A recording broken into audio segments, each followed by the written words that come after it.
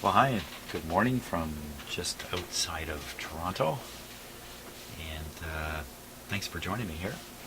The last video I shot last night, I just posted it on YouTube, and that video ends with this receiver apparently not working properly after I replaced, I think, a total of 9 capacitors through the audio section. Just been working on the audio section down here. The radio is up here, and started out with one channel low, and I've ended up with one channel low. So either everything I've done has had no effect, there's some other problem causing a low channel, or this is a new problem caused by something I've done, or something else is going on here. Who knows? So just before I started the video, I separated the two speakers so I could hear the stereo better, or the lack of stereo better. And the first thing I'm going to do is I'm going to swap the output tubes even before I turn this guy on, just in case it's a problem with the output tubes. If I swap the output tubes and they're the problem, that'll swap the problem around.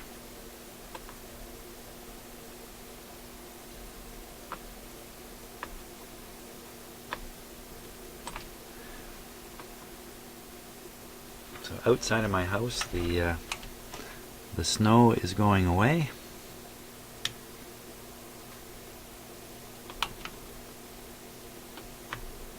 Thank God.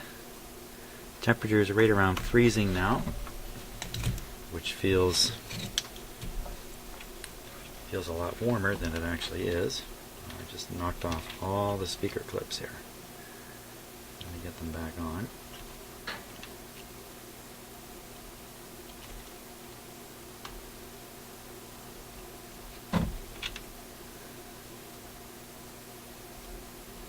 Okay. So we're ready to test this guy out. Switch it to AM. Make sure the antenna is connected to the AM side of things. No shorts on the speakers. Away we go.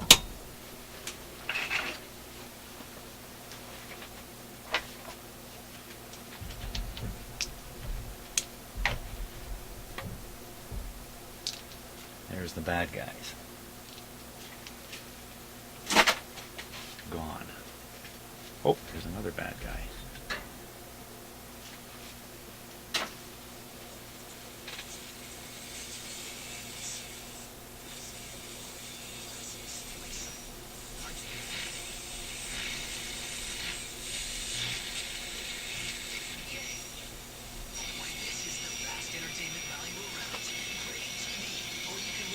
Now it's very clear to me, it's only this speaker that's producing sound. Let's see if I can. Okay,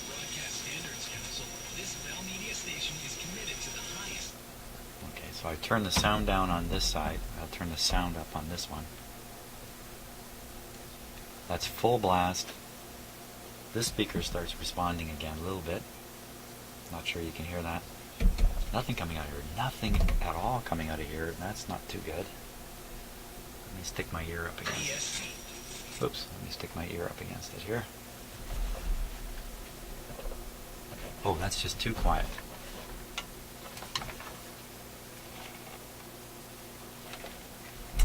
That is too quiet. Something funny going on here. Something's not right. Something like a wire's not connecting right.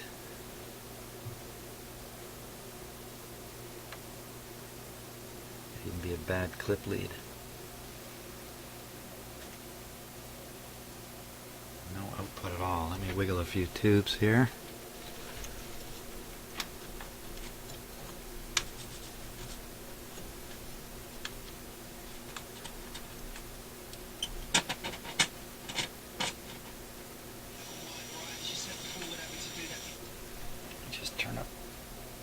Just turning up the weak side of this speaker here.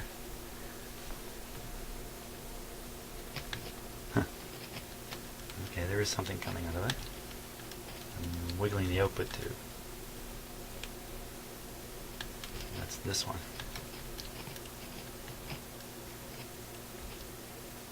Okay, and the driver tube.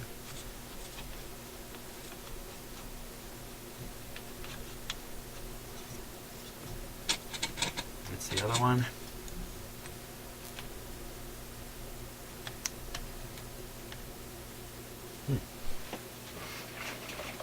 Okay, I still have the volume up here, but not over here. Let's do a little bit of pokey test. Pokey test.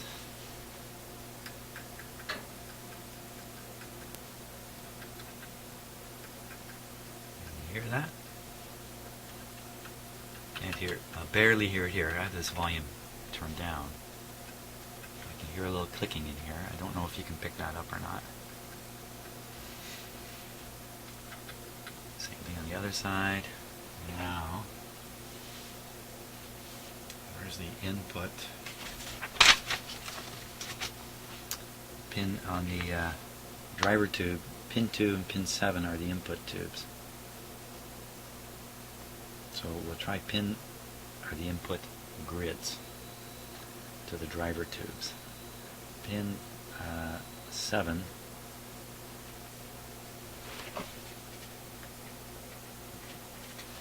Pin 7 has a shielded wire attached to it. Here we go. I'm hearing out of here.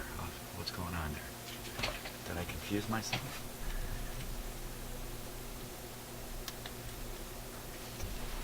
Pretty sure this is the driver for the speaker.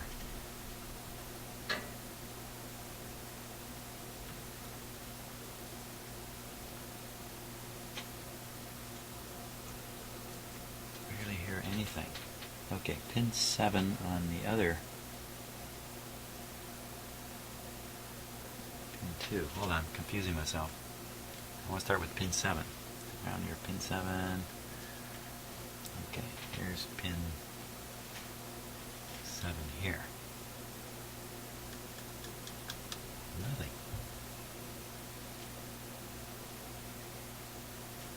Did I get that right? Pin 0, 1, 2, 3, 4. Oh, 1. Yeah, it's a 9-pin tube. Duh. So here's 7.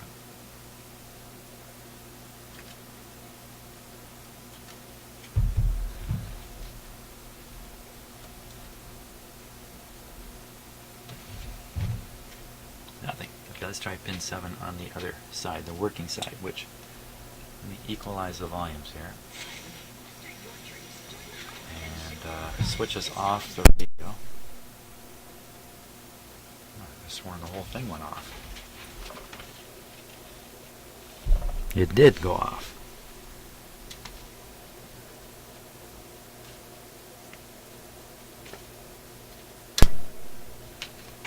Okay, that must be the on-off switch. Down here.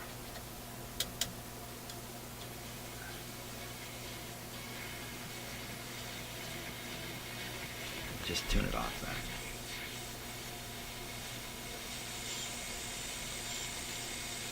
then. Yeah, nice sound of a cricket.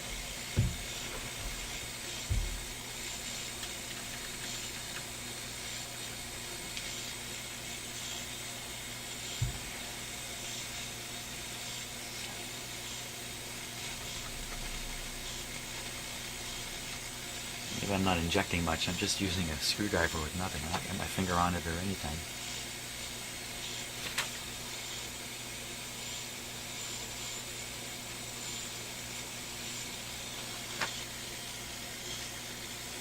My finger on it, and I am not grounded. I'm sitting in my chair, floating in space.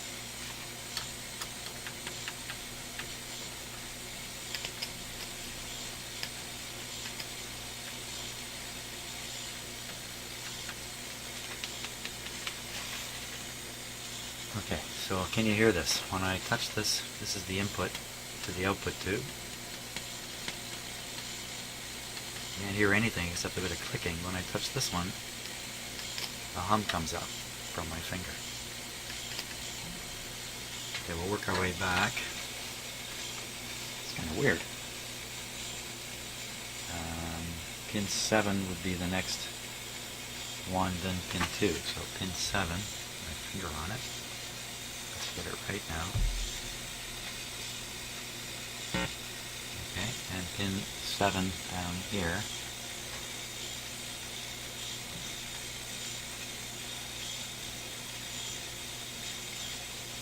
Nothing.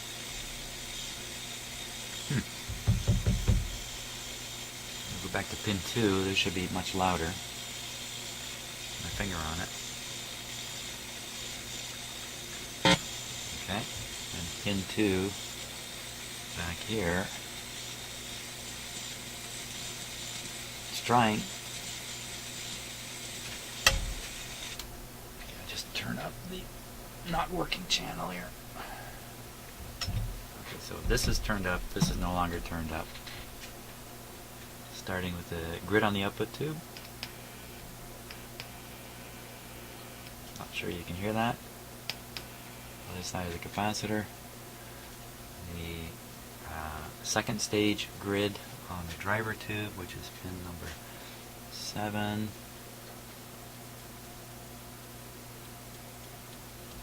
Nothing. And come back. This is pin number 2. This is the first stage on the driver tube. I hear it coming out of here for some reason. Okay, I'm going to switch the driver tubes. When I tested them, these are 2-part tubes. I tested only one part, mostly because I simply forgot to test the other part. Both tubes tested fine. Chances are they... Oh my gosh. Okay, we don't have to go too much further now. Here's a first. Never done this before. Let me put this on the close-up camera here. I don't mind embarrassing myself, especially when I find the solution to the problem. So here's the pins. Oh, that's not going to help one bit. I've never done something like that before. Not that I can recall, anyway. Well.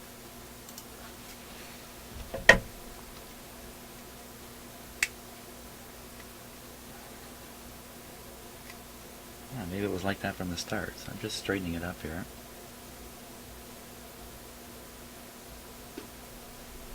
Yeah, maybe it wasn't me. Maybe that was a problem all along. No, can't be. I put these in my tube tester. Part of the reason that happened is I just have this shield on. When I'm putting it in, it's really hard to see. It's just that much more stuff on the way to see. That's my excuse for that. Let me push the tube down here.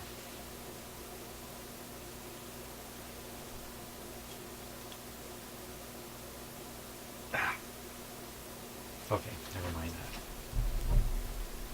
These tube things can really grip. They will simply be much more observant.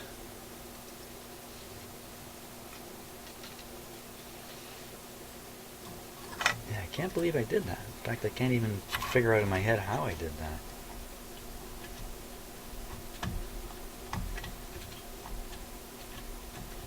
That means if the pin was not coming through, and I'm looking for the missing pin underneath the chassis to figure out where the pin counting starts, I could have been looking at the wrong spot.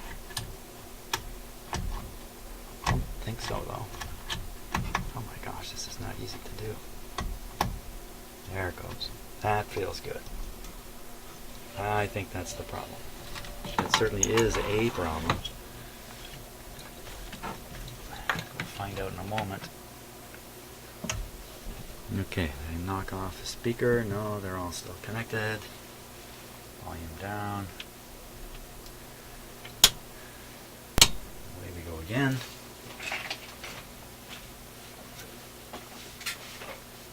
Goodness knows I could have poked around with that for a long, long time. Yeah, same pin is missing. I just never noticed there was another missing pin. Now, once you look in the bottom of a socket and you see there's a missing pin, and there's also no connection made there, it's pretty convincing that there won't be another missing pin. I never went looking for one. If I had, I would have caught that problem right away. Hey, voila. Oh, stereo, but they're out of phase. I don't mean stereo. Both speakers are operating. They're out of phase because I could hear each individual speaker in my ears. As opposed to hearing the sound coming from here, it sounds like it's coming from the two speakers, so they're out of phase. Fantastic. Now, so we know the AM radio works because we're just listening to it.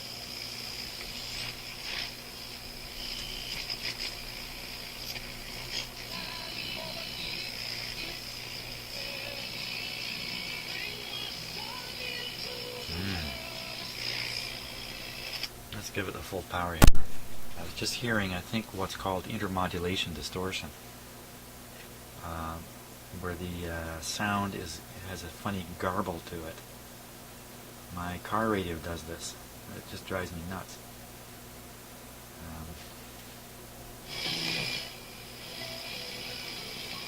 Yeah, I think I still hear it. Okay. Don't like music. No music. I'm against music.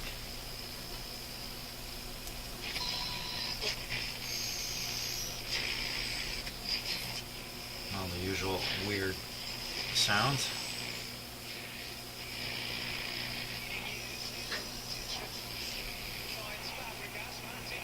There we are.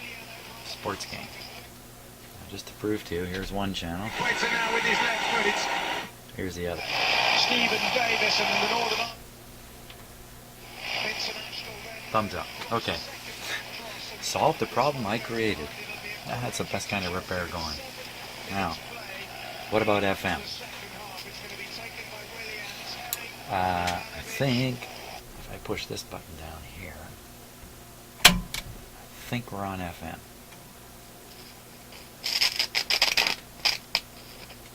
Dirty, dirty, dirty controls. Doesn't sound like it. Or maybe it's this one. There's some funny whumping sound coming out of here. How about an antenna on the FM side? I bet you the radio would like that. Where's the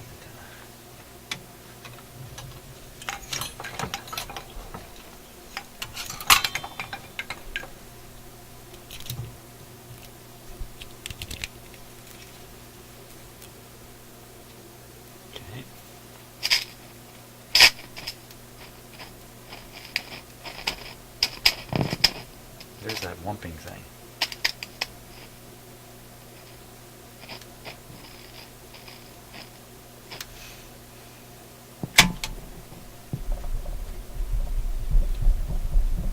What that is. Play me a little bit of FM sound, somebody.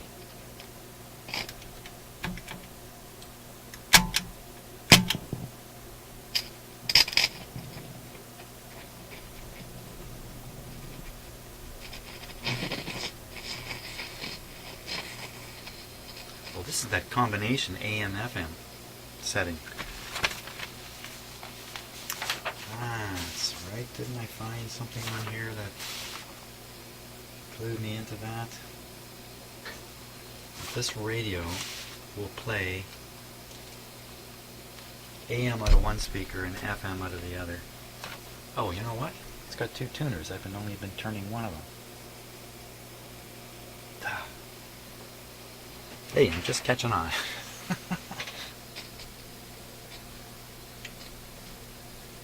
This will be the FM one here. Okay, so that's combination. I don't know what that is. That's AM. That's combination. I'm pretty sure down here is FM. So I'm pretty sure I have it on FM. Gotta clean those controls.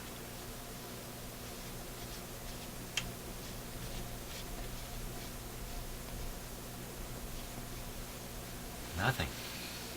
Nothing coming through. Now might be a good time to do a little safety thing that I should have probably done earlier.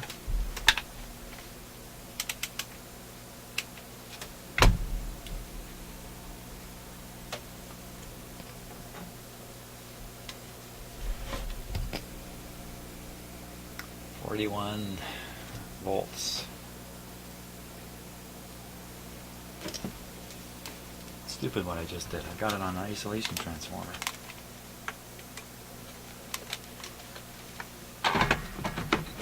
Plug it into a regular outlet and check to see if the chassis has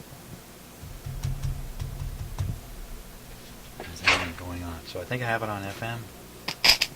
Got the volume turned up. Wiggle a few tubes here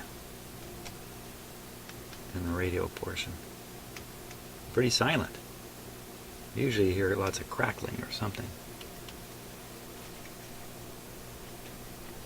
Silence is the order of the day here on the FM side.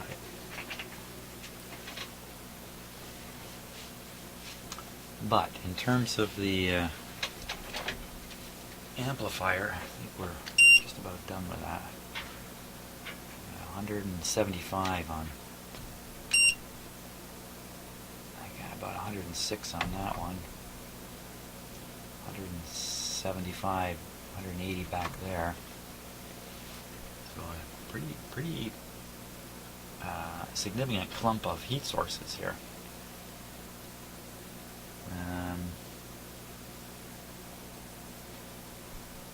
They are kind of away from everything. So the question is, why is there no FM? Why is there no FM? Let's see, my options at this point are to ignore that for now, in hopes that I will discover something kind of by accident as I carry on doing other things. Other things would be alignment of the AM radio,